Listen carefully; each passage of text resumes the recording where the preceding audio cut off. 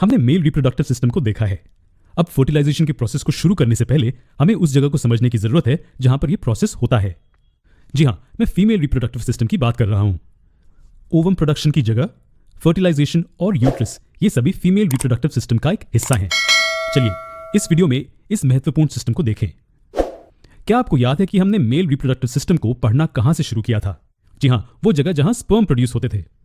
इसी तरह हम यहां भी उस जगह से सीखना शुरू करेंगे जहां पर एग सेल प्रोड्यूस होते हैं, यानी कि ओवम। तो शुरुआत इन ओवल स्ट्रक्चर्स से होती है जिन्हें ओवरीज कहते हैं। दोनों तरफ एक एक ओवरी।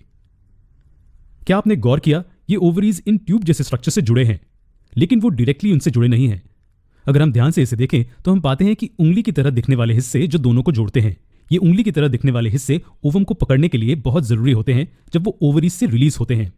लेकिन क्या उनका कोई साइंटिफिक नाम है?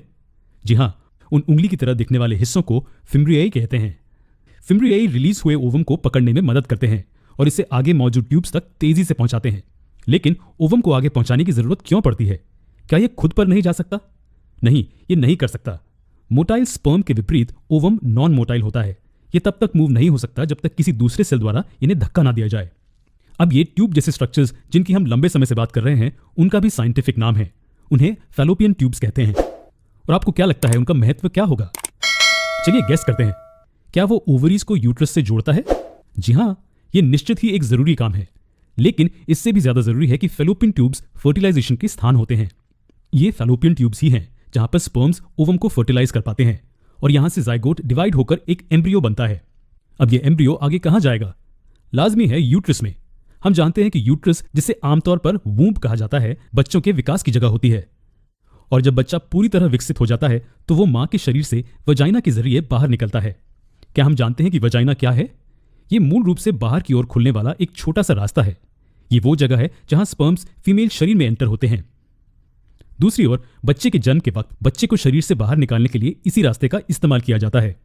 अब जब आपने दोनों रिप्रोडक्टिव सिस्टम्स को समझ लिया है तो क्या आप बता सकते हैं कि कौन सा दूसरे की तुलना में ज्यादा कॉम्प्लेक्स है? जरा सोचिए।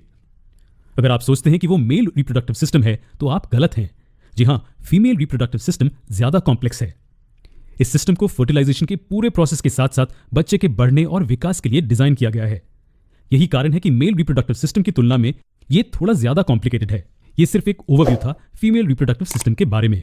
जब हम फर्टिलाइजेशन और एम्ब्रियो के विकास के प्रोसेस को डिटेल में समझेंगे तब हमें पता चल जाएगा कि इस सिस्टम में हर ऑर्गन कैसे काम करता है।